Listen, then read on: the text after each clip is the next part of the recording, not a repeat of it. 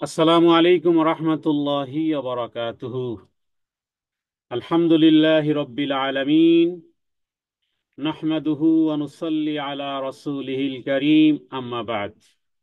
শুরু হচ্ছে শব্দে শব্দে দর্সে কোরআনের। আজ আমরা আলহামদুলিল্লাহ পর্ব নম্বর 101,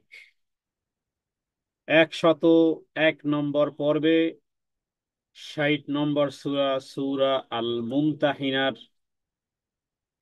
3টি আয়াত আমরা তেলাওয়াত করেছি। আজ আমরা চতুর্থ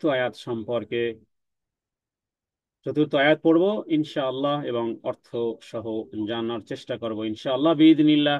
ওমা তাওফীকি ইল্লা বিল্লাহ। শুরু হচ্ছে শব্দে শব্দে দর্সে কোরআনের পার্ট নম্বর 101।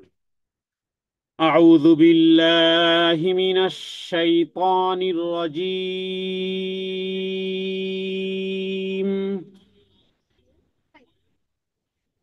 قد كانت لكم أسوة حسنة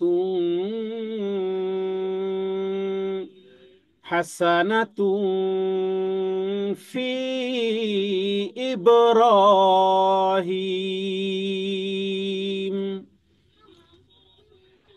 حسنة في إبراهيم والذين معه إذ قالوا لقومهم إنا براء منكم ومما تعبدون من دون الله।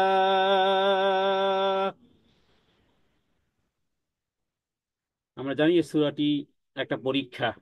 এই সূরাটি সূরাতুল মুমতাহিনা একটি পরীক্ষা, এবং যেই পরীক্ষাটি আলহামদুলিল্লাহ সাহাবায়ে কেরাম রিদওয়ানুল্লাহি তাআলা আলাইহিম আজমাইন তারা দিয়েছিলেন। তাদের এক অংশ মুসলিম হয়ে গিয়েছিল, আর এক অংশ মুশরিক অবস্থায় বদরের যুদ্ধেও জীবন দিয়েছে, ওহুদের যুদ্ধেও জীবন দিয়েছে, এমনকি মক্কা বিজয়ের সময়ও কিছু সামান্য রক্তপাত হয়েছিল। তার মানে তারা তাদের লোকজনই ছিল।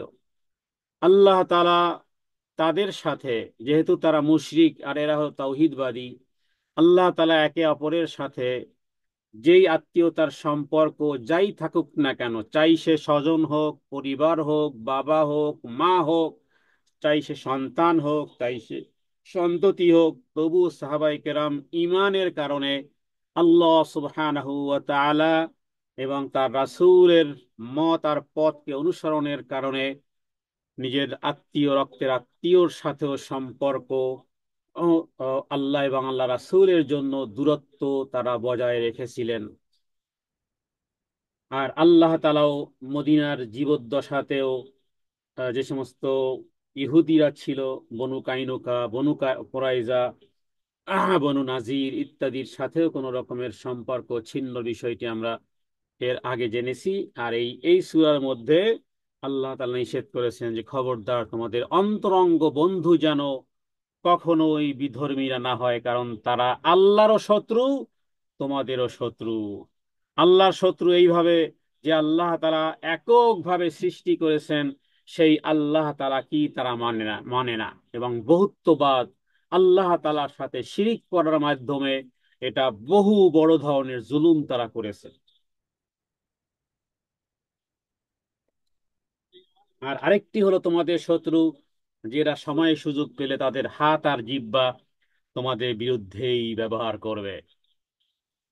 আবার কখনো তোমরা, এরপরে মুমিনদেরকে আল্লাহ তাআলা বলেছেন যে নিজের সন্তান সন্ততি পরিবার পরিজনের মায়ায় বা ভালোবাসায়ও যেন আল্লাহ এবং আল্লাহর রাসূলের কোনো বিরোধিতা হয়, যদি এমনটি করে থাকো তাহলে এটাও শুনে রাখো। আল্লাহ তাআলা বলেছেন তোমাদের স্বজন পরিবার পরিজন সন্তান সন্ততি কিয়ামতের দিন কোনো ফায়দা কোনো উপকারে আসবে না, বরং প্রত্যেক ব্যক্তি নিজ নিজ আমলের ভিত্তিতে প্রত্যেক ব্যক্তি নিজ আমলের ভিত্তিতে আল্লাহ তাআলা তোমাদের মধ্যে ফায়সালা করে দিবেন। পূর্বে আপনারা তাকওয়ার আলোচনাতে আপনারা জেনেছেন যে নবীর স্ত্রীদেরকেও আল্লাহ তাআলা বার্তা পাঠিয়েছেন কোরআনুল কারিমে।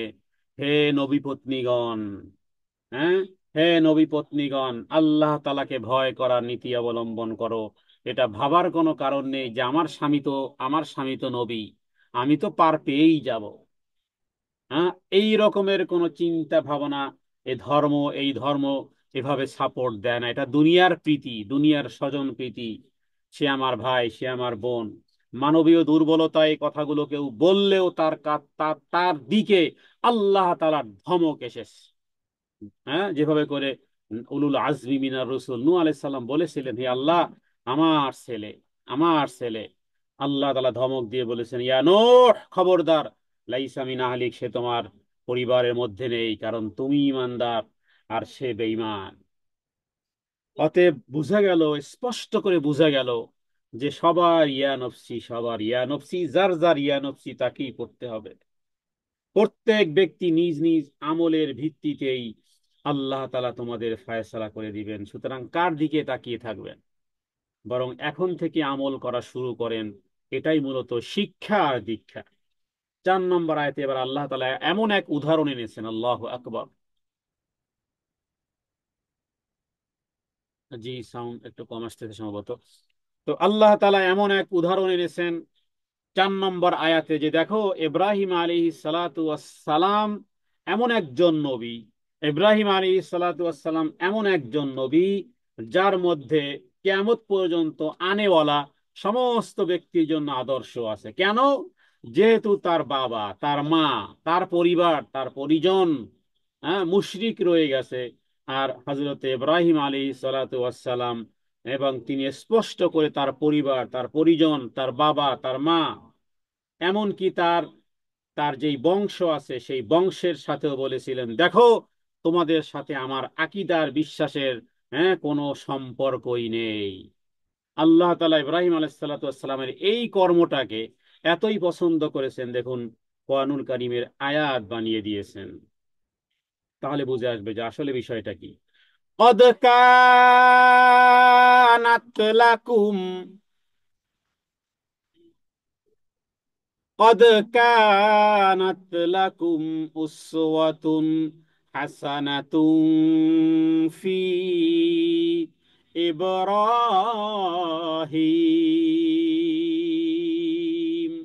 নিশ্চয়ই, নিশ্চয়ই, কদ মানে নিশ্চয়ই, কানাত লাকুম তোমাদের জন্য রয়েছে, উসওয়াতুন, উসওয়াতুন মানে আদর্শ।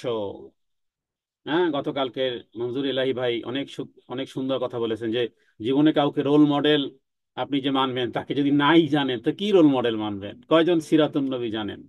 হ্যাঁ, কাউকে সফলতার সফলতা পেতে হলে সফলতার গল্পের মানুষকে জানা চাই। মোহাম্মদ সাল্লাল্লাহু সাল্লামের সেই সফলতার পৃথিবীতে আর কেউ এসেছে? আল্লাহ যাকে সফলতার জন্যই পাঠিয়েছেন। তো এটা হলো উসওয়াতুন, আদর্শ। তোমাদের জন্য রয়েছে উসওয়াতুন হাসানা, উত্তম আদর্শ। কার মধ্যে? ফি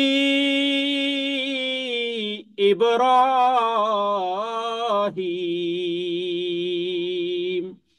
মোহাম্মদ সাল্লাহ সাল্লাম তো আমাদের, তার জীবনী পুরোটাই আমাদের জন্য আদর্শ।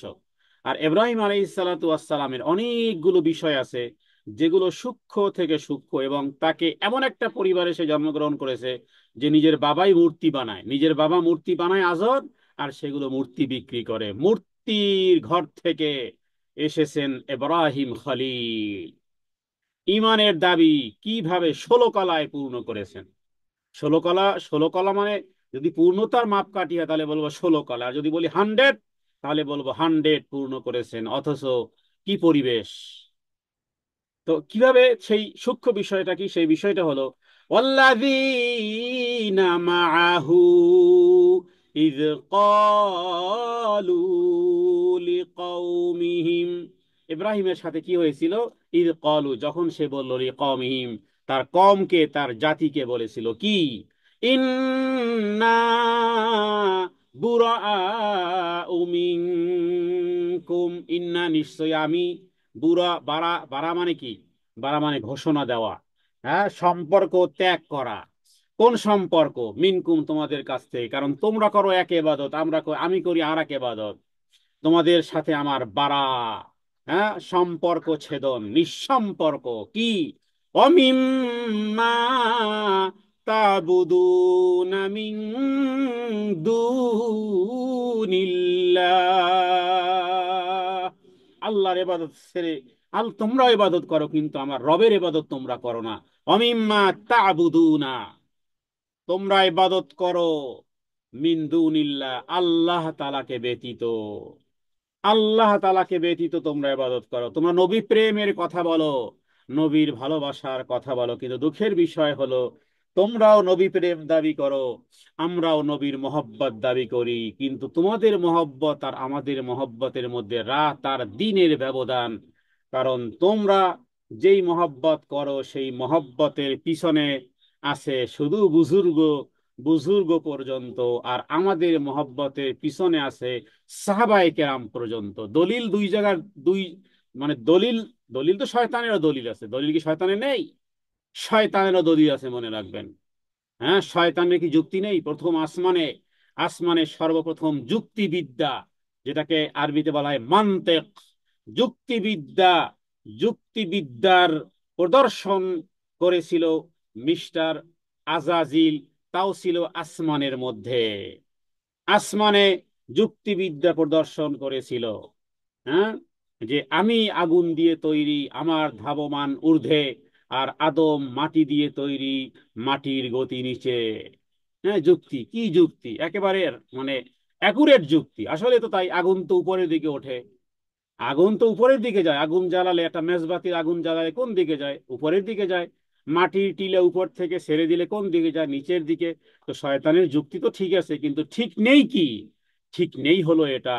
শয়তান বলল এই উদাহরণ দিয়ে, পরের অংশটা হলো ঠিক নাই। সে কি বলল? যে আমি তার চেয়ে পবিত্র, কারণ আমি আগুন থেকে সৃষ্টি। এই কথা কি আল্লাহ কোথাও বলেছেন? হ্যাঁ, মাটির গতি নিচের দিকে, আগুনের গতি উপরের দিকে, এটা ঠিক আছে, আল্লাহ এভাবে সৃষ্টি করেছেন। কিন্তু আল্লাহকে এই কথা বলেছেন কোথাও যে মাটির চেয়ে তাহলে আগুন, আগুন শ্রেষ্ঠ? খায়রুম মিন্নু নার, খালাকতানি মিন নার ওয়া খালাকতাহু মিন তিন, আনা খাইর আনা খাইর আনা খাইর। আমি উত্তম, আমি উত্তম, আমি উত্তম, কারণ আপনি আমাকে বানিয়েছেন আগুন দিয়ে, তাকে বানিয়েছেন মাটি দিয়ে, সুতরাং আমি উত্তম, আমি উত্তম। আল্লাহ তাআলা কি কোথাও লিখে দিয়েছেন? কোথাও কি বলেছিলেন যে আমি আগুনকে শ্রেষ্ঠ বানিয়েছি? এই হলো মিথ্যা যুক্তি। অর্ধেক দিবে সত্য যুক্তি, অর্ধেক দিবে মিথ্যা যুক্তি, মাঝখানে কুপোকার। হ্যাঁ, আমাদের ওই বলে না যে কান চিলে নিয়ে গেছে, বাস কানে হাত দিয়ে দেখে না, চিলের পিছে দৌড়ায়। ওরাও মহব্বত করে, বিধায় ওরা জশ্নে জুলুস করে। আমরাও রাসূলুল্লাহ সাল্লাল্লাহু আলাইহি সাল্লামকে মহব্বত করি শুধু, কিন্তু আমরা দুরুদের মধ্যেই ক্ষান্ত রাখি, জশ্নে জুলুস বের করি না। কেন বের করি না? কারণ হলো যে জশ্নে জুলুস সাহাবায়ে কেরাম বের করেননি, কিন্তু ওরা বের করে কেন? ওদের প্রথম অংশ নবীর মহব্বতের বহিঃপ্রকাশ করতে তো হবে। অতএব ওই বুজুর্গ পর্যন্ত ওদের দলিল, আর আমাদের দলিল হলো সাহাবায়ে কেরাম রিদওয়ানুল্লাহি তাআলা আলাইহিম আজমাইন পর্যন্ত, যার দায়রা হলো, যার দায়রা হলো খোলাফায়ে রাশিদিনের 30 বৎসর সময়কাল পর্যন্ত।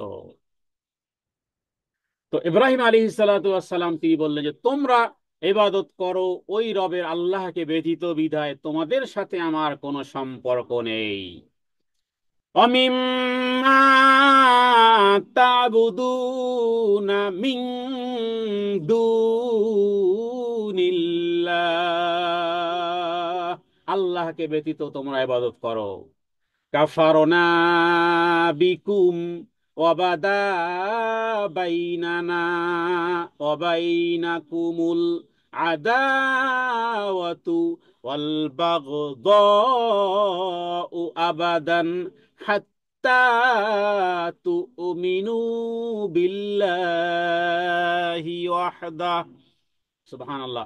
এখানে ইব্রাহিম আলাইহিস সালাতু ওয়াস সালামের দাওয়াতও দেওয়া হয়ে গেছে। তিনি কি বললেন?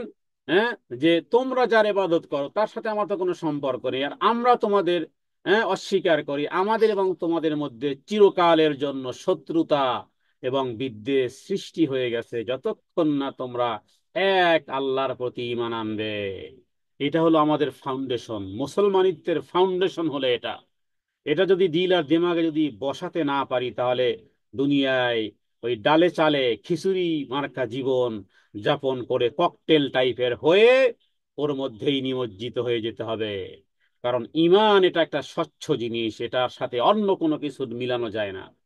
দুনিয়ার ব্যবসা বাণিজ্য টুগেদার হতে পারে, বাট দিন ধর্মের বিষয় খুব কঠোর না হলে, হ্যাঁ, তাহলে এখানে দেখুন এই জাতীয় কঠোরতা, এই যে অনেক সময় অনেক ব্যক্তিরা বলেন যে কিছু কিছু আলেমরা আছে একেবারে বেশি কঠোর, মানে সামান্য একটু বিষয় একেবারে হারাম হারামের ফতুয়া দিয়ে ফেলে। হ্যাঁ, এটা আপনার অজ্ঞতার কারণে, মূর্খতার কারণে মনে হবে যে ওলামায়ে কেরাম মনে হয় যেন ছোট্ট ছোট্ট বিষয় এত কঠোর কেন, ইসলাম তো এত কঠোর না।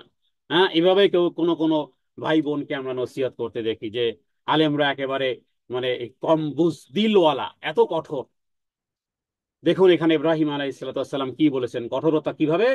ইব্রাহিম আলাইহিস সালাম কি বললেন, কাফারনা বিকুম অবাদা বাইনানা অবাইনাকুম, কাফারনা বিকুম, আমরা তোমরা যেই বিভিন্ন আল্লাহকে বাদ দিয়ে যে ইবাদত করো, কাফারনা, আমরা সেটাকে অস্বীকার করি। হ্যাঁ, অস্বীকার, আপনারা জানেন যে লা ইলাহা ইল্লাল্লাহু মুহাম্মাদুর রাসূলুল্লাহ বা আশহাদু আল্লা ইলাহা ইল্লাল্লাহ, লা আছে, লা মানে কি, নফি, আগেই আমি অস্বীকার করি, আগেই অস্বীকার। হ্যাঁ, লা ইলাহা ইল্লাল্লাহু মুহাম্মাদুর রাসূলুল্লাহ আগেই কিন্তু আছে অস্বীকার। আর কোরআনুল কারীমের সূরা বাকারার মধ্যে আপনারা যে 255 নম্বর আয়াতটা সবাই যে মুখস্থ করেছেন, আয়াতুল কুরসি, আয়াতুল কুরসির পরে 255 নম্বর আয়াত হলো আয়াতুল কুরসি, 256 নম্বর আয়াত কি দেখবেন, সুবহানাল্লাহ, 256 নম্বর আয়াতটা একটু পড়বেন, লা ইকরাহা ফিদ-দীন ক্বাদ তাবায়্যানার রুশদু মিনাল গাই ফামান ইয়াকফুর বিত-তাগুতি ওয়া ইউমিন বিল্লাহ, ফামান ইয়াকফুর বিত-তাগুতি, যদি আপনি তাগুতকে অস্বীকার না করেন, হ্যাঁ, ফামাই ইয়াকফুর, যারা অস্বীকার করেছে তাগুতকে, ওয়ায়ুমিন বিল্লাহি, দেন আল্লাহ তাআলার প্রতি ঈমান এনেছে। পুকুরে যদি পুকুরে যদি মরা কুকুর পড়ে থাকে, ওই কুকুর সহ পানি উঠালে পাক হবে না জীবনেও। আগে কুকুরকে বা মরা ছাগলকে পুকুর থেকে বা কূপ থেকে দূরভীত করতে হবে, দেন 200 বালতি আপনি পানি উঠিয়ে বাহিরে ফেলে দেন, দেন আপনার পানি এরপরে পরিষ্কার এবং পরিচ্ছন্ন, তহের এবং মুতাহহের। তার মানে আগে যাবতীয় সব কিছুর তাগুতকে অস্বীকার করেন, দেন আপনি আল্লাহ তাআলার প্রতি ঈমান, আল্লাহ এটা চান, আগে নিট অ্যান্ড ক্লিন। জান্নাতে কি এইরকমের অন্তর নিয়ে আপনি ঢুকবেন তো ওখানে মারামারি শুরু হবে না। হ্যাঁ, ওয়ানাযা'না মা ফি সুদুরিহিম মিন গিল্লিন, আগে সব গালাজত আগে অন্তর থেকে বের করা হবে, দেন আপনি জান্নাতে প্রবেশ করবেন।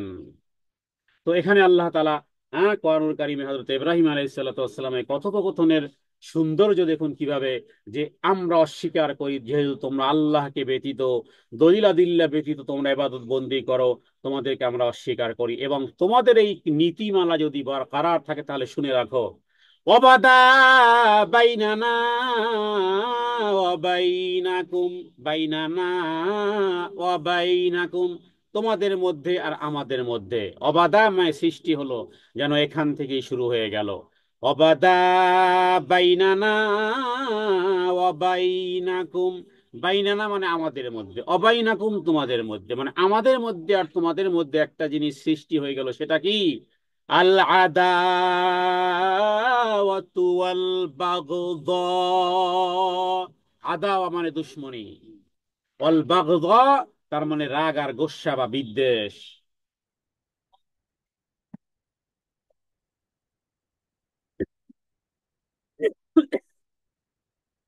তাহলে তোমাদের সাথে শত্রুতা এবং বিদ্বেষ শুরু হলো কেন, আবাদান, চিরকালের জন্য এই শত্রুতা থাকবে। কারণ ডিস্টেন্স তো, ডেস্টিনেশন তো দুই জায়গায়, যেহেতু অবশ্যই দূরভীত তো হবেই, দুই দিকে দুই রাস্তা গেছে, হ্যাঁ, দূরত্ব তো বাড়বেই। তবে সেই দূরত্ব ঘোচানোর একটাই রাস্তা আছে, সেটা কি, হাত্তা তুমিনু বিল্লাহি ওয়াহদাহ। হ্যাঁ, এখানে ওয়াহদা কিন্তু বলা যায় মানে শিরোনাম, ওয়াহদা হলো শিরোনাম, হাত্তা তুমিনু, যতক্ষণ না তোমরা ঈমান আনবে, বিল্লাহি ওয়াহদা, এক আল্লাহ তাআলার উপরে, হ্যাঁ, এটা এমন যেন না হয়, এমন শ্রেণী যেন না পাওয়া যায়। কারণ একটা শ্রেণী আছে এই টাইপের, যে ঠিক আছে আল্লাহর উপর ঈমান আনলাম, ওই ভগবানের প্রতি ঈমান আনলাম, ওই ইহুদি এবং নাসারা এবং মুশরিক সবার সাথে একটু মিলজুল করে সম্পর্ক রাখলাম না, ওয়াহদা। এজন্য তো বেলাল ওয়াহেদ, বেলাল রাদিয়াল্লাহু তাআলার কথা ছিল কি, ওয়াহেদ ওয়াহেদ, আল ওয়াহেদ, আল আল ওয়াহেদ। তো এখানে ওয়াহদাহু মানে এক আল্লাহর প্রতি যতক্ষণ পর্যন্ত তোমরা ঈমান না আনবে। কারণ কিছু লোক হয়তো এমন দেখা যেতে পারে, যেটা যেটা মুনাফিকরা করতো, আল্লাহর প্রতিও ঈমানের কথা ঘোষণা করত, রসুলের প্রতিও ঈমানের কথা ঘোষণা করত, আবার ওদিকে গিয়ে ওদের মজলিসে আনন্দ পেত। আল্লাহ এগুলো পছন্দ করেন না। ইব্রাহিম আলাইহিসসালাম একেবারে একেবারে ডিসাইড করে দিলেন যে তোমাদের সাথে আমাদের শত্রুতা চিরদিন চলতে থাকবে, যতক্ষণ পর্যন্ত না হাত্তা তুমিনু বিল্লাহি ওয়াহদাহু, যতক্ষণ পর্যন্ত তোমরা ঈমান না আনো এক আল্লাহর পরে, এক আল্লাহর পরে, ততক্ষণ পর্যন্ত তোমাদের সাথে আমার সম্পর্ক চিরবন্ধ। এটা ছিল মূল বিষয়। তবে ইল্লা দ্বারা হরফে ইস্তেসনা দিয়ে ইব্রাহিম আলাইহিস সালাতু ওয়াস সালাম এর পূর্বে একটা সূরাতে ইব্রাহিম আলাইহিস সালাম তার বাবার জন্য দোয়া করার কথা বলেছিলেন, এবং তার মনে একটা বিশ্বাস ছিল যে হয়তো আমার বাবা ঈমান আনবে। হ্যাঁ, এই কারণে তিনি ওই দোয়া করেছিলেন। তো আল্লাহ তাআলা সেটাকে এখানে নফি করে দিয়েছেন। যখন জানতে পেরেছেন যে না, আমার বাবার কপালে আর হেদায়েত নেই, তখন তিনি আর সেখান থেকে ফিরে এসেছেন। তো সেই কথাটা আল্লাহ তাআলা ইল্লা মানে হরফে ইস্তিসনা যেখানে উল্লেখ করেছেন কি, ইল্লা কওলা ইব্রাহিম আলী আবি, তবে সেটা ব্যতিক্রম যে ইব্রাহিম আলাইহিস সালাতু ওয়াস সালাম তার একটা কথা ছিল তার বাবার জন্য কি, লা আস্তাগফিরান্না লাকা, যে হে বাবা, আমি আপনার জন্য ক্ষমা চাইতে থাকবো। তবে অমা আমলিকু লাকা মিনাল্লাহি মিন শাই, তবে আমলিকু আমি সাধ্য রাখি না আপনার জন্য মিনাল্লাহি মিন শাই, আল্লাহ তাআলার পক্ষ থেকে কোনো কিছু, আল্লাহ তাআলার পক্ষ থেকে পরিবর্তন না হলে আমি ইব্রাহিম কোনো পরিবর্ধনের কোনো সাধ্য আমি রাখি না। এরপরে দোয়া বর্ণনা করা হয়েছে, রব্বানা আলাইকা তাওয়াক্কালনা ওয়া ইলাইকা আনাবনা ওয়া ইলাইকাল মাসির। রব্বানা, হে আমার প্রভু, আলাইকা তাওয়াক্কালনা, তোমারই উপরে আমরা সবাই ভরসা করেছি, ওয়া ইলাইকা আনাবনা, আর আমরা তোমার দিকেই ফেরত আসব, অভিমুখী হব, এবং তোমার দিকেই প্রত্যাবর্তন করবো, ইলাইকাল মাসির। এক একটি আয়াত যেন আল্লাহু আকবার, এত ছোট্ট ছোট্ট শব্দের মধ্যে এত বিষয় সন্নিবেশন করা হয়েছে। তো এই কারণে এখন এই আয়াত থেকে বুঝলাম যে আত্মীয় স্বজন সন্তানাদি যদি প্রকৃতপক্ষে মুমিন না হয়, প্রকৃতপক্ষে যদি আপনার সন্তান, আপনার ছেলে, আপনার মেয়ে যদি দিন প্র্যাকটিসকারী না হয়, কিচ্ছু করতে পারবেন না। সে আপনার জন্য কিছু করতে পারবে, আর আপনিও কোনো রকমের উপকার আপনি করতে পারবেন না। নয়াকারে না, নয়াকারে না, নয়াকারে না, এটা ভালো করে জেনে রাখবেন। কারণ লান তানফাকুম আরহামুকুম, এই আয়াতের শুরুতে যেটা, সেটাই যে আত্মীয় স্বজন হোক, ছেলে হোক, মেয়ে হোক, বাবা হোক, ভাই হোক, তারা যদি প্রকৃত মুমিন না হয়, কিয়ামত দিবসে তারাও কোনো আপনার উপকার করতে পারবে না, আপনিও তাদের কোনো উপকার করতে পারবেন না। এমন কি নবীদের আত্মীয় স্বজন, নবীদের স্ত্রী, নবীদের সন্তান মুমিন না হলে নবীরা পর্যন্ত কোনো উপকার করতে পারবে নয়াকারে না। ইব্রাহিম আলাইহিস সালাতু ওয়াস সালামের চোখের সামনে, ইব্রাহিম আলাইহিস সালাতু ওয়াস সালামের চোখের সামনে তার বাবা আজরকে বা তারেককে বানরের আকৃতিতে হ্যাঁ আনা হবে, এবং তাকে তার সামনেই তাকে জাহান্নামে নিক্ষেপ করা হবে। কার বাবাকে, কার বাবাকে, কার বাবাকে? তিনি হলেন ইব্রাহিম আলাইহিস সালাতু ওয়াস সালামের বাবাকে। হযরত আনাস রাদিয়াল্লাহু তাআলা আনহু তিনি বলেন, নবীজি একদিন বসা ছিলেন, সম্ভবত সাহাবীর নাম হুযায়ফা অথবা অন্য কোনো নাম আমার মনে আসতেছে না। সেই সাহাবী এসে বলেছিল, হিন্নাবি, যে হে আমার, হে ইয়া রাসূলুল্লাহ, আমার বাবা কোথায়? আইনা আবি, কারণ তার বাবা আগেই মারা গেছে। বাবা মারা গেছে, বাবা বিষয়ে, বাবা বাবার প্রতি ভালোবাসায় একজন সন্তান নবীজির কাছে এসে জিজ্ঞেস করতেছে, ইয়া রাসূলুল্লাহ, আমার বাবা কোথায়? আইনা আবি? নবীজি বললেন, হুয়া ফিন্নার, সে জাহান্নামে আছে। হ্যাঁ, যে কোনো ব্যক্তি যদি জানতে পারে যে আমার বাবা জাহান্নামে আছে, তার হৃদয়ের অবস্থাটা কি হবে বলুন।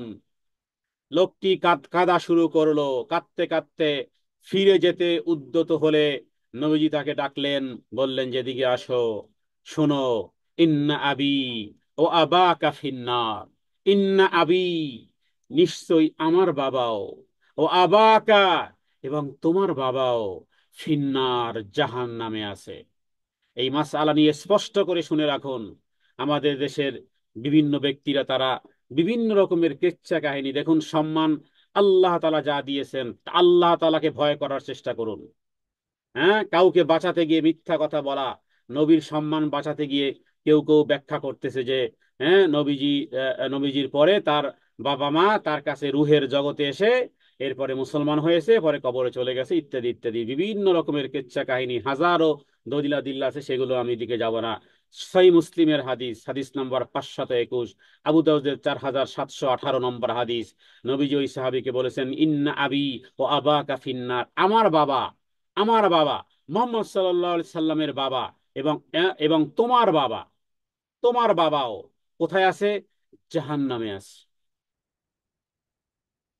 সুতরাং একজন মুমিন কখনো কাফের মুশরিকদের সাথে সুসম্পর্ক গড়ে তুলতে পারে না। এমনকি যদি কাফের আত্মীয় স্বজন হয়, তাহলেও তার সাথে দ্বীনের দ্বীনের বিষয়ে সম্পর্ক ছিন্ন করতে হবে। এটা দিন, এটা আল্লাহর দিন, এটা মোহাম্মদ সাল্লাহ সাল্লামের দিন নয়। মোহাম্মদ সাল্লাহ সাল্লামকে শুধুমাত্র মেসেঞ্জার হিসেবে, বার্তাবাহক হিসেবে বলা হয়েছে, আমা আলাইনা ইল্লাল বালাগ, আপনার কাজ হলো পৌঁছে দেওয়া। হ্যাঁ, দিন আপনার না, দিনুল ইসলাম। এটা দিন কার? ইন্না দীনা ইনদাল্লাহিল ইসলাম। মোহাম্মদ সাল্লাল্লাহু আলাইহি সাল্লামকে তো আল্লাহ পাঠিয়েছেন, আল্লাহ বানিয়েছেন, আল্লাহ সম্মানিত করেছেন। দিন হলো রবের দিন। দিন যেভাবে আছে ঠিক সেইভাবেই হতে হবে। কোন নবী, কোন রাসূল, কোন ব্যক্তি তার নিজের নিজের মা বাবাকে তো আগে মানুষ বাঁচাবে, তাই না? তো ইব্রাহিম আলাইহিস সালাতু ওয়াস সালামের কথা কি বিশ্বাস হয় না? এই যে সূরা মুমতাহিনার 4 নম্বর আয়াতটি যেখানে আমরা পড়লাম, হ্যাঁ, আল্লাহ তাআলা তিনি স্পষ্ট করে কি বললেন? স্পষ্ট করে একেবারে ওই কথাই বললেন যে, হে আমার বাবা, হ্যাঁ, ইল্লা কাওলা ইব্রাহিম আলিয়াবি, তবে হে আমার বাবা, হ্যাঁ, ইব্রাহিমের কথাকে আল্লাহ বললেন যে যে আমি ক্ষমা চাইবো, তবে আমি কোনো সাধ্য রাখি না আল্লাহর পক্ষ থেকে, আল্লাহ তাআলা যাই করবেন। বাকি অন্য আয়াতে বিষয়টি স্পষ্ট করা আছে। এই জন্য রবের কাছে শুকরিয়া আদায় করুন যে আল্লাহ তাআলা ইমানের মতন মহান দৌলত আপনাকে আমাকে আল্লাহ তাআলা দান করেছেন। আল্লাহ তাআলা আপনাকে আমাকে এক মহান দৌলত দান করেছেন। তো এখানে ইব্রাহিম আলাইহিস সালাতু ওয়াস সালাম তিনি তার পরিবার, তার পরিজন ইত্যাদির সাথে, হ্যাঁ, যেই বিষয়টি স্পষ্ট ছিল, যে সেই বিষয়টি আমরা এই আয়াত থেকে জানলাম। এবং তিনি তার অনুসারীদেরকে, তার তার কওমকে বলেছিলেন, হ্যাঁ, ইব্রাহিম আলাইহিস সালাতু ওয়াস সালাম, যে তোমরা আল্লাহ তাআলার পরিবর্তে যে ইবাদত করো, আমি তা থেকে সম্পূর্ণ সম্পর্ক মুক্ত। এগুলো আপনার আমার জীবনেও আনতে হবে। যতই আদরের যেই হোক না কেন, বলতে হবে যে তোমার সাথে আমি নেই।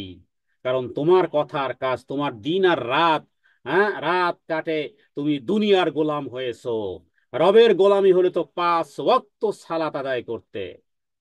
তুমি তো ঘুমের গোলাম, তুমি তো ডিভাইসের গোলাম, তুমি তো অনলাইনের গোলাম, তুমি তো মিউজিকের গোলাম, হ্যাঁ, তুমি তো এই বন্ধু বান্ধবের গোলাম, তুমি তো অন্যের গোলাম হয়ে আসো। কারণ রবের গোলামি তুমি ছেড়ে দিয়েছো। 5 ওয়াক্ত সালাত আদায় না করলে, যদি আপনাদের হাতে ক্ষমতা থাকে, সন্তানকে খাবার বন্ধ করে দিবেন, বলবেন যে আগেই সালাত আদায় করো, তারপরে খাবার খেতে আসো। যদি পাওয়ার থাকে আপনাদের হাতে, তাহলে সেই পাওয়ার দেখাবেন এখানে, কারণ এর সাথে কিছুই মিলে না। রাসূলুল্লাহ সাল্লাল্লাহু আলাইহি ওয়াসাল্লাম বলেছেন, আমাকে মানুষের সাথে ততক্ষণ পর্যন্ত যুদ্ধ চালিয়ে যেতে বলা হয়েছে, সংগ্রাম চালিয়ে যেতে বলা হয়েছে, যতক্ষণ পর্যন্ত না তারা সাক্ষী দিবে আল্লাহ ব্যতীত সত্য কোনো মাবুদ নেই, আর মুহাম্মদ সাল্লাল্লাহু আলাইহি ওয়াসাল্লাম আল্লাহ তাআলা বান্দা এবং রাসূল। এই সাক্ষ্যই তো জানে না। কোন সাক্ষ্য না দিলে জাহান্নামে যেতে হবে, সেই সাক্ষ্যই আমরা অনেকে জানি না। এই যে এই সাক্ষ্য, এটাকে বলা হয় শাহাদাতাইন, এটাকে বলে শাহাদাতাইন। হ্যাঁ, অজুর পরে যেই দোয়া পড়েন যে আল্লাহ তাআলা ব্যতীত সত্য কোনো মাবুদ নেই, মুহাম্মদ সাল্লাল্লাহু আলাইহি সাল্লাম আল্লাহ তাআলার প্রিয় রাসূল, এর সাথে কি হবে? এর সাথে সালাত কায়েম করতে হবে, যাকাত আদায় করতে হবে। এটা যদি না করে, এটা যদি না করে, তাহলে নবীজি কি বলেছেন? সেই বুখারীর হাদিস, সেই মুসলিমের হাদিস, ওর সাথে আমার যুদ্ধ। নবী মুহাম্মদ সাল্লাল্লাহু আলাইহি সাল্লামের কথা জানেন না, যে যাকে পাথর মারলেও তিনি কি করেছেন? বদদোয়া করেননি। সেই নবী এবার দেখুন তো, ভিন্ন চরিত্রে আপনাকে কি বলতেছেন? তার সাথে আমি যুদ্ধ করব। সালাত নেই, জাকাত নেই, মিয়া তুমি মুসলমান দাবি করবে, তোমার সাথে যুদ্ধ করব। হযরতে আবু বকর সিদ্দিক নরম দিলের মানুষ, নবীজি দুনিয়া থেকে চলে গেলেন। হ্যাঁ, একদল যারা জাকাতকে অস্বীকার করলো, সব করব আবু বকর, কোন কাজ দিনের বলো, কিন্তু জাকাতটা দিতে চাই না। কারণ এইভাবে হযরত আবু বকর কি বলেছিলেন? আমি তাদের বিরুদ্ধে যুদ্ধ করব। তার মানে বোঝা যায়, সালাত আদায় করলে, সালাত আদায় না করলে, সালাত আর জাকাতের মধ্যে যারা আলাদা দেয়াল সৃষ্টি করবে, এরা ওই সময়কালেই মুসলিম থেকে বের হয়ে যাবে, যদিও নামে মুসলমান হোক না কেন। কারণ এই কাটিং আর পেস্টিং, হ্যাঁ, ডিসকানেক্ট ইত্যাদি তো আর আর রবের সাথে সম্পর্ক। ফেরেশতারা নামটা আপনার কেটে দেবে মুসলিম থেকে, ব্যাস। আপনি তো মনে করবেন যে আমার চেয়ে বড় মুসলিম, বড় ধার্মিক কে? এটাই তো মানুষের বিবেকের ঘোড়া দৌড়ায়। তো মোহাম্মদ সাল্লাল্লাহু আলাইহি সাল্লাম যেটা বলেছেন, যে যদি ওটা করে তাহলে তাদের জান আর মাল নিরাপদ হবে। হ্যাঁ, কিন্তু এছাড়া আমি তাদের বিরুদ্ধে যুদ্ধ ঘোষণা করব। অতএব একই কথা, জাকাত না দিলেও যুদ্ধ হবে আপনার সাথে আমার। আর যদি আপনি সালাত আদায় না করেন, তাহলে আপনার সাথে আমার যুদ্ধ হবে। আপনার সাথে আমার সম্পর্ক নেই, কারণ আপনি বেনামাজি। আপনার সাথে আমার সম্পর্ক নেই, কারণ আপনি জাকাতের হকদার হওয়ার পরেও, জাকাত আদায় করার সামর্থ্য থাকার পরও জাকাত দিতে গড়িমসি, কোনো মতে কোনো মতে ভাসমান, কোনো মতে একটা রামসাম দিয়ে ফেললো, বাস মনে করলো জাকাত। এত সোজা নয়, এত সহজ নয়। জান্নাত, জান্নাতের আশাও নিয়ে বসে আছেন, আর এদিকে সংকীর্ণপনা হবে না। সালাত আর জাকাতের ব্যাপারে কোনো রকমের কোনো কিছু হবে না। একেবারে পরিপূর্ণ না দিলেই আপনার সাথে যুদ্ধ হবে মুহাম্মদ সাল্লাল্লাহু আলাইহি ওয়াসাল্লামের সাথে। এবার সেই যুদ্ধে টিকতে পারবেন কি পারবেন না, সে ব্যাপারে প্রস্তুতি গ্রহণ করুন। তাহলে এখানে ইব্রাহিম আলাইহিস সালাতু ওয়াস সালামের আদর্শের মধ্যে এই কথাগুলো আদর্শ, যে তার বাবা মুশরিক হওয়ার পরেও, মুশরিক হওয়ার পরেও তিনি দ্বীনের যেই কথা বলেছেন, এবং তার ব্যাপারটি, যে দোয়ার কথা বলেছিলেন, যে ইব্রাহিম আলাইহিস সালাম তিনি জানতেন না, তখন তার পিতার ব্যাপারটি জানতেন না, যখন যখন জেনে গেছেন যে আমার বাবা আল্লাহর শত্রু, তখন তিনি তার সাথে সম্পর্ক ছিন্ন করার ঘোষণা সূরা তাওবার মধ্যে এসেছে। আর এরপরে এই আয়াতের মধ্যে এসেছে, ও আলাইকা তাওয়াক্কালনা ওয়া ইলাইকা আনাবানা ওয়া ইলাইকাল মাসির। এটাকে আপনারা, আমরা সবাই দোয়া হিসেবে সব সময়ের জন্য এটাকে আমরা তেলাওয়াত করতে পারি। এটা ইব্রাহিম আলাইহিস সালাতু ওয়াস সালামের অনেক দোয়া সময়ের মধ্যে একটা সুন্দর দোয়া, যে হে প্রভু, হে আমাদের প্রভু, তোমার উপরই ভরসা করেছি, তোমার অভিমুখেই আমরা আসব, তোমার কাছেই তো প্রত্যাবর্তন করব, তোমার উপরই আমরা পরিপূর্ণ ভরসা করলাম। এরপরে 5 নম্বর আয়াত, রব্বানা লা তাজআলনা ফিতনাতাল লিল্লাযীনা কাফারু ওয়াগফির লানা রব্বানা ইন্নাকা আনতাল আজিজুল হাকিম।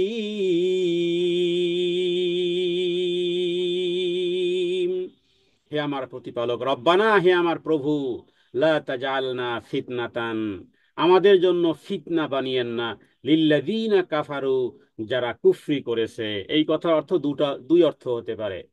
হ্যাঁ, আমাদের জন্য ফিতনা বানিয়েন না, পরীক্ষা স্বরূপ বানিয়েন না, লিল্লাযীনা কাফারু, হ্যাঁ, তাদের জন্য যারা কুফরি করেছে।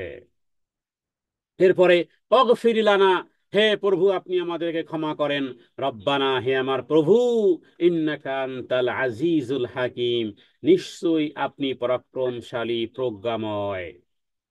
এই আয়াতের মধ্যে কয়েকটা অংশ আছে। তাহলে প্রথমে কি বলেছেন যে হে আমার প্রতিপালক, হে আমার রব, আপনি আমাদেরকে কাফেরদের ফিতনার পাত্র বানাবেন না। কাফেরদের ফিতনা পাত্র দুই ভাবে হতে পারে। কখনো কখনো মুমিনরা যদি পরাজয় হয়, আসলে তো মুমিনের জীবনের ডিকশনারি পরাজয় বলতে কিছুই নেই।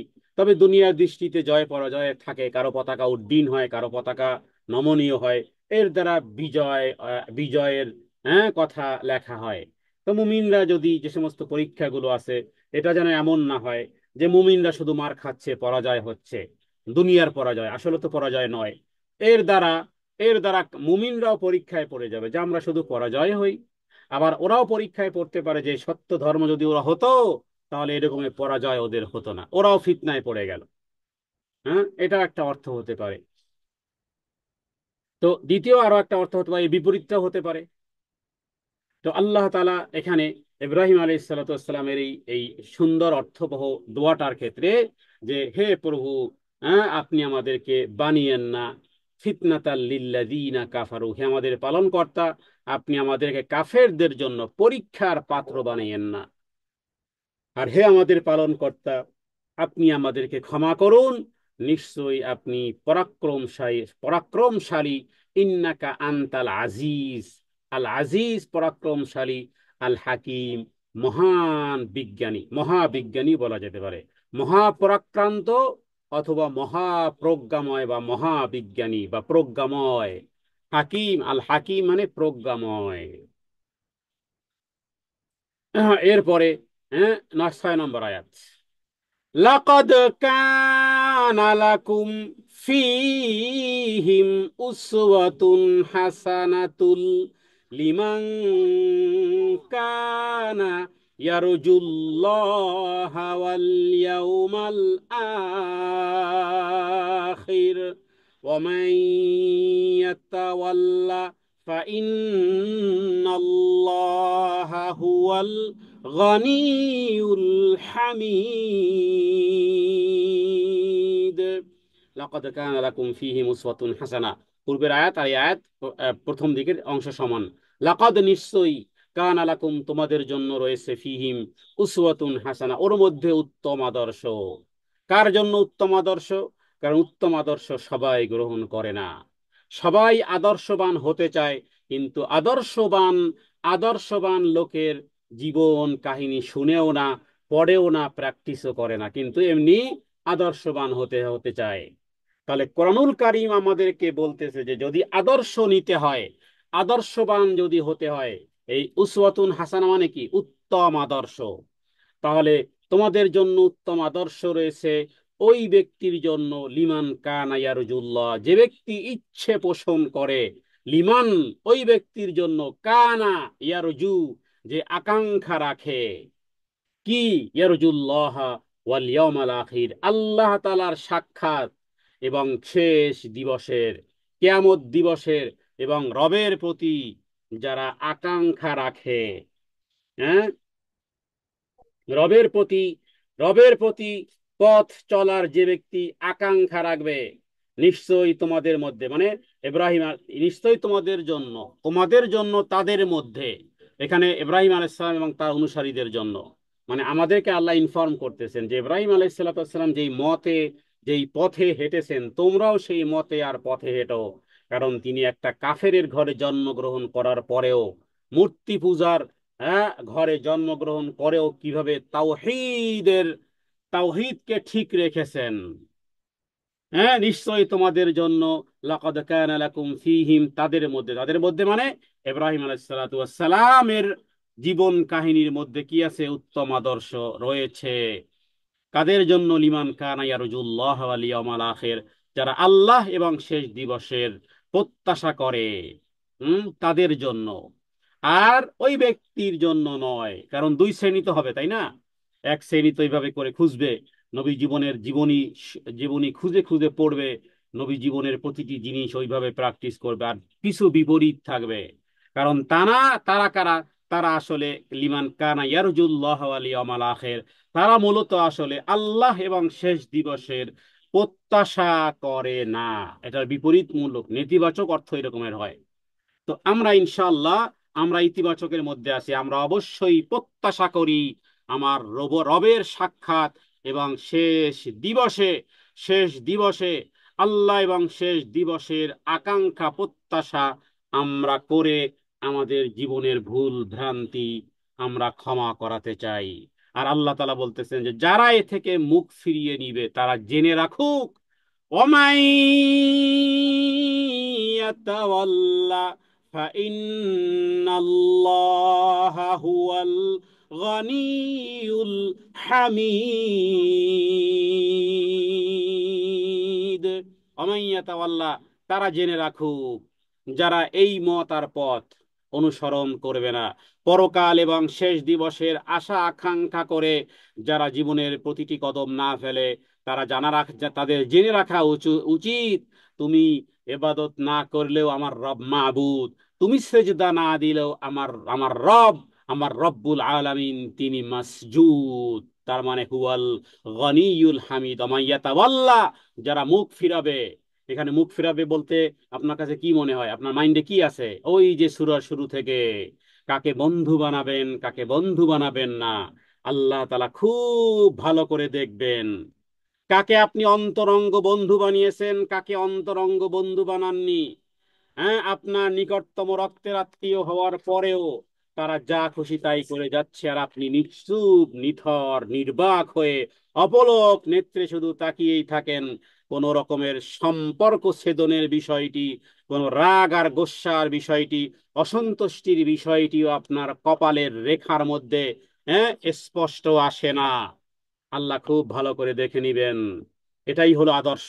সূরার শুরু থেকে নিয়ে এই পর্যন্ত এই আদর্শগুলোই আল্লাহ তাআলা ইব্রাহিম আলাইহিস সালামের মধ্যে ছিল। ইব্রাহিম আলাইহিস সালামের মধ্যে ছিল, তার উদাহরণ কি আল্লাহ তাআলা দুইবার এনেছেন। ইব্রাহিম আলাইহিস সালামের কথা 5 নম্বর আয়াতে, 6 নম্বর আয়াতে। এরপরে আল্লাহ তাআলা সর্বশেষ বলতেছেন কাদের জন্য এই নসিহত জানাও? লিমান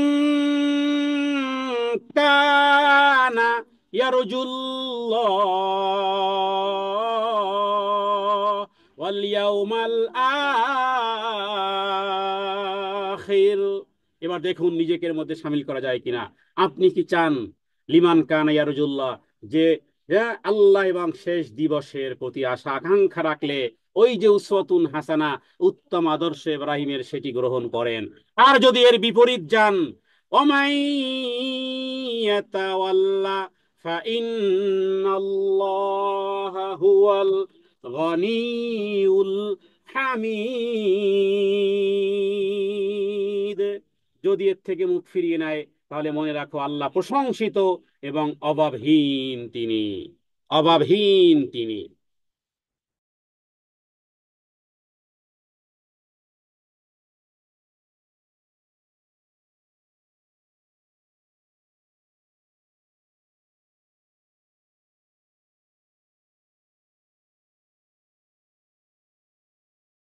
ومن يتولى فإن الله هو الغني الحميد। আর যারা মুখ ফিরিয়ে নেবে তারা জেনে রাখুক আল্লাহ তাআলা অভাব মুক্ত এবং সমস্ত প্রশংসা একমাত্র আল্লাহ তাআলার জন্যই। তাহলে আমরা এখানে আল্লাহ তাআলা মুমিন বান্দা এবং কাফেরদের বিষয় যেন নমুনা এবং আদর্শ পেশ করেছেন। ইব্রাহিম আলাইহিস সালাতু ওয়াস সালামকে একটা মেজারমেন্ট হিসেবে আমাদের সামনে উপস্থাপন করেছেন, কারণ কুফরির নীতি আর শিরকের নীতি আর তাওহীদ নীতি প্রত্যেকটি আলাদা আলাদা, কখনোই এক নয়। এবং এটি যদি একেবারে মোহাম্মদ সাল্লাল্লাহু আলাইহি সাল্লামের পিতা হোক, চাই সে আপন চাচা হোক, ইব্রাহিম আলাইহিস সালাতু ওয়াস সালামের চাই বাবা হোক, এবং তারা যে আসলে মূলত কিয়ামতের দিন কিছুই করতে পারবে না, তারা যদি কিছু না করতে পারে তাহলে আপনার সন্তান সন্ততি, আপনার ছেলে মেয়ে কি করতে পারবে বলুন? একমাত্র আদর্শবান হওয়া ছাড়া, ওই নীতির মধ্যে আসা ছাড়া না তারা কোনো উপকারে আসবে, না আপনিও তাদের কোনো উপকারে আসবেন। বিষয়টি হ্যাঁ স্পষ্ট করে কোরআনুল কারীমের আয়াত দিয়ে বোঝানো হয়েছে। ইব্রাহিম আলাইহিস সালাতু ওয়াস সালামের বাবার বিষয়টিও জানলেন, অনুরূপভাবে মুহাম্মদ সাল্লাল্লাহু আলাইহি সাল্লামের একেবারে নিকটতম ঘনিষ্ঠ আত্মীয়, এমনকি বাবা মা, এমনকি তার আপন চাচা, তার ব্যাপারে আয়াত নাজিল হয়েছিল, মা কানা লিন নাবিয়্যি ওয়াল্লাযীনা আমানু আন ইস্তাগফিরু লিল মুশরিকিন। আত্মীয় স্বজন মুশরিক হলেও নবীর জন্য এটা সঙ্গত নয় যে নবী তাদের জন্য, হ্যাঁ, নবী তাদের জন্য প্রার্থনা করবেন, তাদের জন্য দোয়া করবেন। হ্যাঁ, এটা স্পষ্ট হওয়ার পরে যে তারা স্পষ্ট জাহান্নামী। ওয়ালাউ কানু উলি কুরবা মিন বাদি মা তাবায়্যানা লাহুম আন্নাহুম আসহাবুল জাহিম। এই কথাগুলো কোরআনুল কারীমে আল্লাহ তাআলা বিভিন্ন ভাবে দিয়ে বুঝাচ্ছেন। এখানে দেখুন, আমরা আমাদের সাপোর্টে কতজনকে পাই। এমন একটা দিন আসবে ভাই, হ্যাঁ, কোনো সাপোর্ট থাকবে না। ওই যে তাসবিহ তাহলিল দোয়া দুরূদ জিকির আজকার ভালো সৎকর্ম নেকামল আমলে সলে যা করেছিলেন অতটুকুই আপনার পাথেয়। ইল্লাল্লাযীনা আমানু ওয়া আমিলুস সলিহাতি ওয়া তাওয়াসাউ বিল হাক্কি ওয়া তাওয়াসাউ বিস সবর। হ্যাঁ, কোন রকমের আত্মীয় স্বজন যদি একেবারে নবীর বংশের হয়ে থাকেন তবুও কোনো লাভ নেই। হ্যাঁ, ইব্রাহিম আলাইহিসসালাম তার বাবাকে বাঁচাতে পারলেন না, নূহ আলাইহিসসালাম তার ছেলেকে বাঁচাতে পারলেন না, মুহাম্মদ সাল্লাল্লাহু আলাইহি ওয়াসাল্লাম তিনিও তার চাচার জন্য কিছুই করতে পারবেন না, তার বাবা মার জন্য কিছু করতে পারবেন না। কোরআনুল কারীমের কোরআনুল কারীম এবং বিশুদ্ধ বুখারী এবং মুসলিমের হাদিস থেকে স্পষ্ট কোনো ভাষা নয়, দলিলাদিল্লার মাধ্যমে বিষয়টি আপনারা জেনেছেন। হুম, ভূপৃষ্ঠের সবাই যদি অবাধ্য হয়ে যায়, তোমরা, আল্লাহ তাআলা অন্যত্র বলেছেন যে তোমরা যদি ভূপৃষ্ঠের সবাই যদি কুফরি আর অবাধ্য হয়ে যাও, মনে রাখো আল্লাহ তাআলা ইন তাকফুরু আনতুম ওমান ফিল আরদি জামিয়ান, তুমি নিজেও কুফরি করেছো, গোটা পৃথিবীর মানুষ, ওমান ফিল আরদি জামিয়ান, গোটা পৃথিবীর ভূপৃষ্ঠের সবাই কুফরি করেছে, তারপরও আল্লাহ তাআলা ফাইন্নাল্লাহা লাগানিয়ুন হামিদ, তবু আমার রব অভাব মুক্ত এবং যাবতীয় প্রশংসা তার জন্যই। কারণ, হ্যাঁ, তাকেই, তিনি হলেন অভাব, আমরা বলেছিলাম আসসামাদ। এটা কারো মধ্যে এটা নেই। আসসামাদ, আল্লাহুস সামাদ, অভাবহীনতায়, অভাবহীনতা, তার মানে তিনি মুখাপেক্ষীহীন। তাহলে আল্লাহ তালাই একমাত্র, তার মধ্যে এক বিশেষ বিশেষণ রয়েছে যে তিনি সর্বপ্রকার অভাব মুক্ত এবং সম্পূর্ণরূপে বেপরোয়া। এরূপ কারো সত্তার মধ্যে নেই, তার সমকক্ষ কেউ নেই, তার সাথে তুলনীয় কেউ হতে পারে না। তিনি পবিত্র, তিনি এক এবং একক। সবারই উপরে তিনি বাদশাহ, সবার উপরে তিনি বিজয়ী, সবার উপরে তার বাদশাহী, তিনি প্রশংসার যোগ্য। সমস্ত সৃষ্টিজীব তার প্রশংসায় সদা সর্বদা প্রস্তুত আছে। মানুষ নামের এই এই এই সৃষ্টি যদি আল্লাহ তাআলাকে একটুও প্রশংসা আদায় না করে, গোটা সৃষ্টিজীব তার তার প্রশংসায় পঞ্চমুখ। তিনি ছাড়া কোনো মাবুদ নেই এবং তিনি ছাড়া কোনো প্রতিপালকও নেই। অতএব আসুন আমরা ইব্রাহিম আলাইহিস সালাতু ওয়াস সালামের যেই আদর্শ, আল্লাহ তাআলা যে আদর্শ গ্রহণ করতে বলেছেন, সেই আদর্শ গ্রহণ করা। এবং মোহাম্মদ সাল্লাল্লাহু আলাইহি ওয়াসাল্লাম হলেন আমাদের জীবনের, সারা জীবনের জন্য মাইল ফলক। আমি আমার সব আলোচনাতে প্রায় বলার চেষ্টা করি যে অবশ্যই যদি এমন এক ব্যক্তি আল্লাহ তাআলার কাছে যদি পৌঁছেন, আল্লাহ তাআলা যদি বলেন কিয়ামতের দিন, যদি জিজ্ঞেস করে যে তুমি যে আমার নবীর অনুকরণ, হ্যাঁ, আতিয়া আল্লাহ আতিয়া রসুল, তো আমার নবীর জীবনীও পড়ো নাই, এটা নবীদের জীবনী। কারণ যেহেতু আমরা আমাদের চোখের সামনে আমরা নবীকে পাইনি, তাহলে নবী সম্পর্কে জানতে হলে তো জীবনী পড়তে হবে, না হলে আপনি কিভাবে নবীর জীবনী জানবেন। কত আমাদের সন্তানদেরকে নসিহত করা প্রয়োজন যে বাবা, তোমাকে আদর্শ হতে হবে। এই যে, হ্যাঁ, একটা সিরাত গ্রন্থ হাতে নিয়ে একেবারে সন্তানের হাতে আর মেয়ের হাতে দিয়ে বলবেন যে এই এই ব্যক্তি, এই জীবনী যেই ব্যক্তি, সে হলো তোমার জীবনের রোল মডেল। হ্যাঁ, এটুকু আমরা পাই না ইচ্ছা করলে। অথবা আপনার পরিজন, হ্যাঁ, অথবা উঠতি বয়সের ছেলে মেয়েদেরকে, হ্যাঁ, যে তুমি যাকে অনুসরণ, ওরাও তো কাউকে না কাউকে অনুসরণ করতেছে। ওদের কাপড়ের স্টাইল, ওদের প্যান্টের স্টাইল, ওদের চুলের স্টাইল, ওদের জামা জুতার স্টাইল, নিশ্চয়ই সে কাউকে ফলো করতেছে। ওকে বলেন যে ফলো করবে একজন ব্যক্তিকে, তিনি হলেন এই এই বই এই বই যার সম্পর্কে, মানে সিরাত গ্রন্থ হাতে দিয়ে।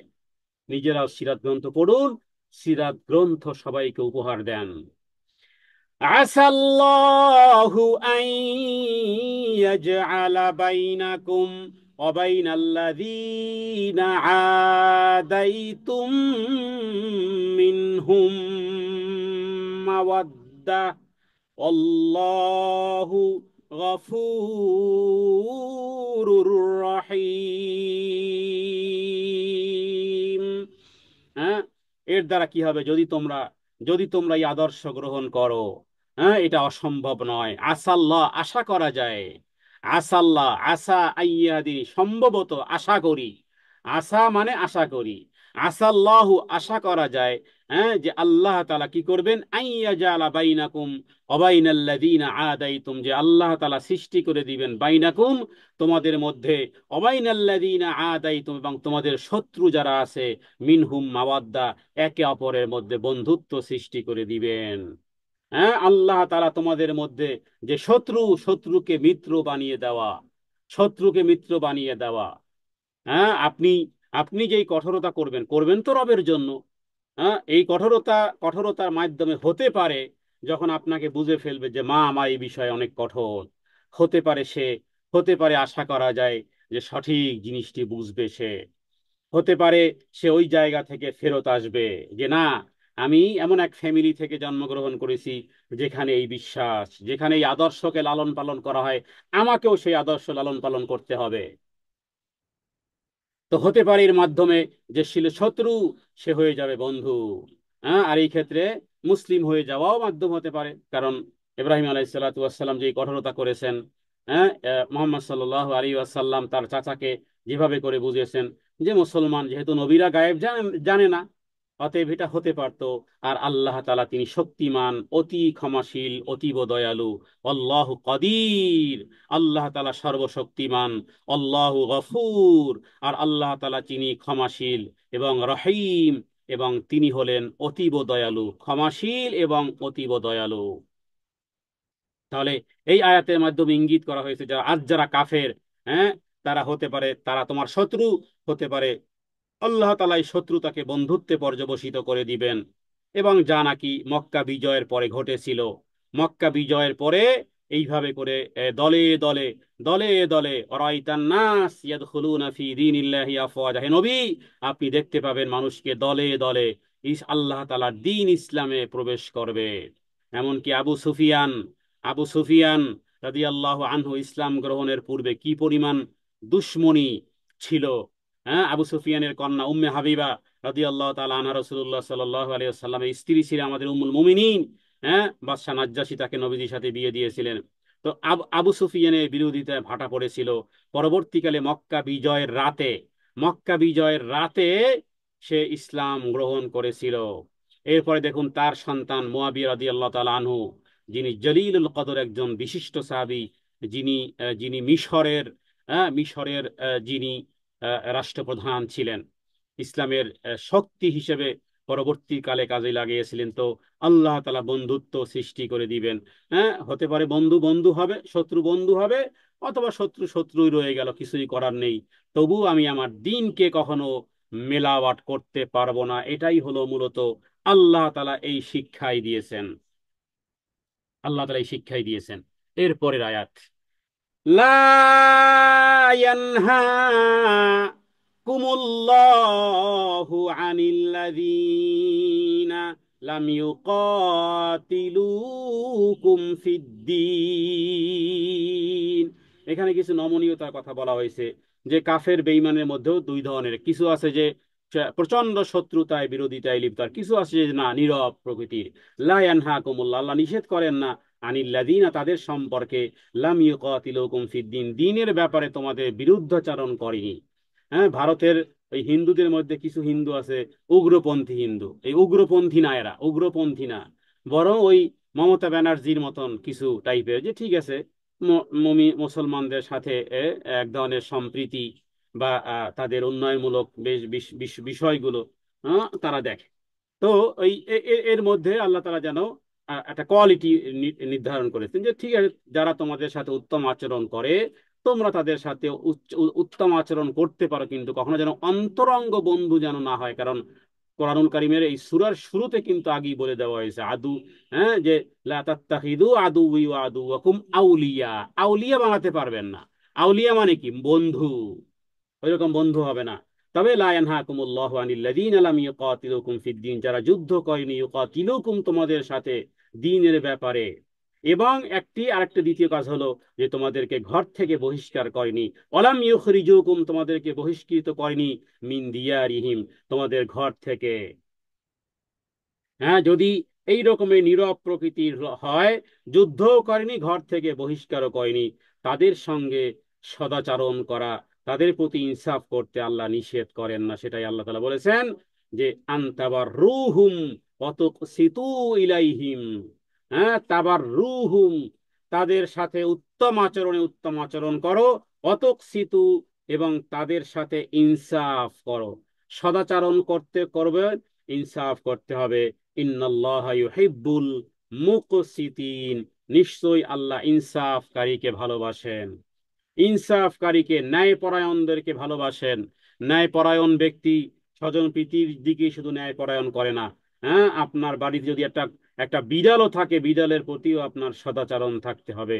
আপনার বাড়িতে একটা পাখিও পুষেন, সেই পাখিটির প্রতি সদাচরণ করতে হবে।